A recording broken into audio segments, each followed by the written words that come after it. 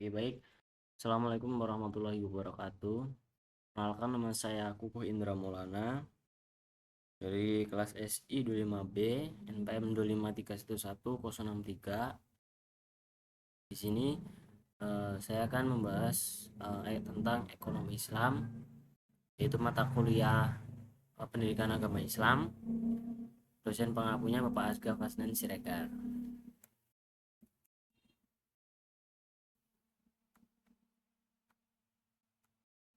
Nah, jadi ekonomi Islam itu adalah suatu cabang ilmu pengetahuan yang berupaya untuk memandang, menganalisis, dan akhirnya menyelesaikan permasalahan ekonomi dengan cara Islami. Nah, cara-cara ini yang telah didasarkan atas ajaran Islam, yaitu berlandaskan Al-Quran dan Sunnah Nabi. Nah, untuk definisi ekonomi Islam di sini itu adalah ilmu sosial mempelajari masalah ekonomi masyarakat yang diilhami oleh nilai-nilai Islam. Nah, ekonomi Islam juga itu suatu upaya yang sistematik untuk memahami masalah ekonomi dan perilaku masyarakat dalam perspektif Islam. Terus ada juga ini adalah ekonomi Islam adalah tanggapan para pemikir Muslim atas berbagai tantangan ekonomi. Dalam hal ini didasarkan pada Al-Quran dan Sunnah di samping alasan dan pengalaman.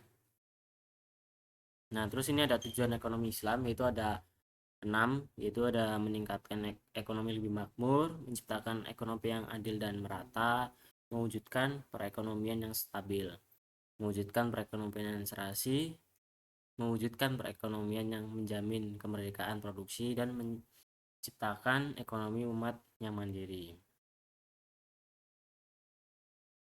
Nah, ini ada prinsip atau nilai dasar ekonomi Islam. Yang pertama itu ada tauhid, keadilan, kenabian, dan ma'at. Untuk kenabian ada sidik, amanah, fatonah, dan tablik. Nah, ini untuk lembaga ekonomi Islam Indonesia itu ada Bank Umum Syariah, Asuransi Syariah, Lembaga Gadai, BMT, Pasar Modal Syariah. Nah, jadi kemudian ada pengertian bank syariah. Bank yang melaksanakan kegiatan usaha secara konvensional atau berdasarkan prinsip usaha syariah yang dalam kegiatannya memberikan jasa dalam lalu lintas pembayaran.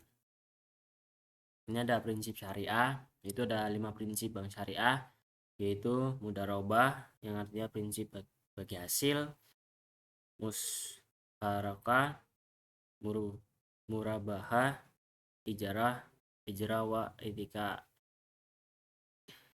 Yaitu musyarakah itu prinsip penyertaan modal, kemudian ada prinsip jual beli barang dengan memperoleh keuntungan, terus ada pembiayaan barang modal berdasarkan prinsip sewa murni tanpa pilihan, dan yang terakhir itu adalah pilihan pemindahan kepemilikan atas barang yang disewa dari pihak bank oleh pihak lain.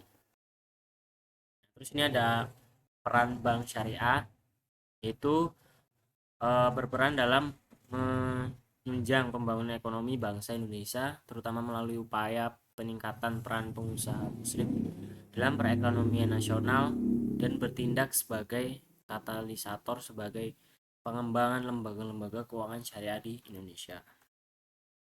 Nah, ini ada fungsi bank syariah. Yang pertama itu ada manajer investasi.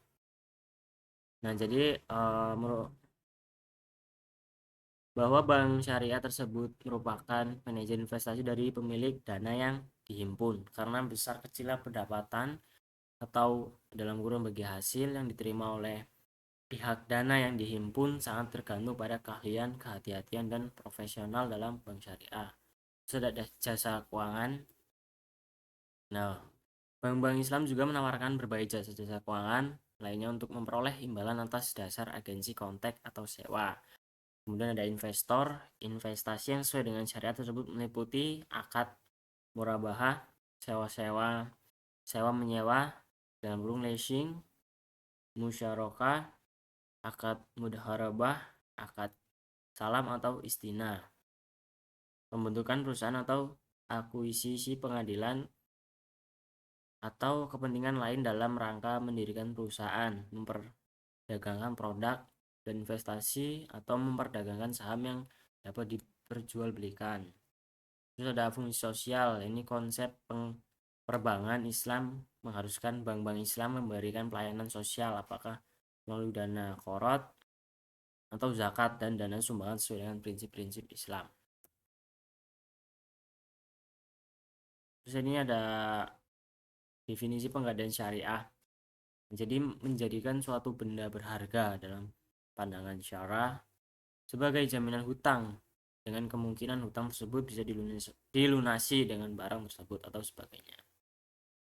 Ini ada rukun dan syarat penggadaian syariah. Yang pertama rahin, yaitu orang yang menggadaikan.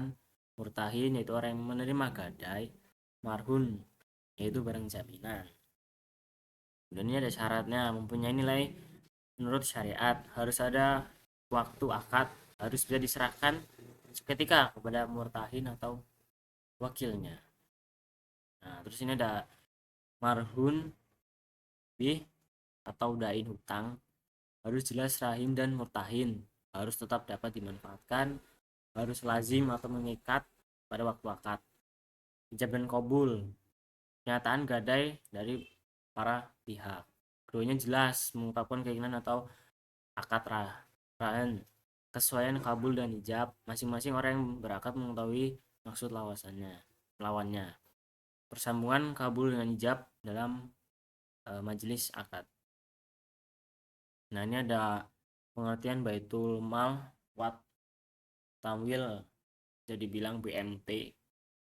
Ini lembaga keuangan mikro yang dioperasikan dengan prinsip bagi hasil syariah, menumbuh kembangan bisnis usaha mikro dan kecil dalam rangka mengangkat derajat dan martabat serta membela kepentingan kaum fakir miskin, ditumbuhkan atas dasar rasa dan modal awal dari tokoh-tokoh masyarakat tempat dengan berlandaskan pada sistem ekonomi yang salam, yaitu keselamatan, berintikan keadilan, kedamaian, dan kesejahteraan.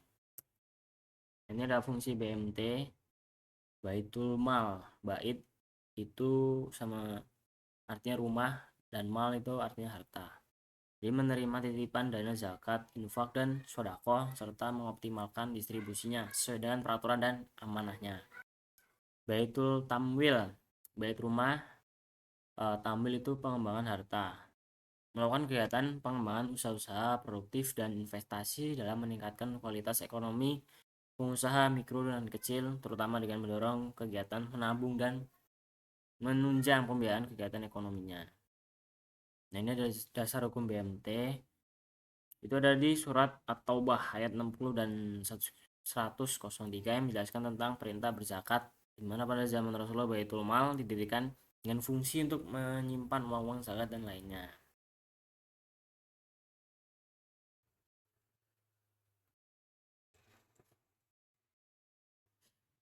Kemudian ada prinsip pasar modal syariah. Yang pertama itu pembiayaan investasi beraset kegiatan usaha yang halal, spesifik dan bermanfaat, dan dilakukan dengan bagi hasil.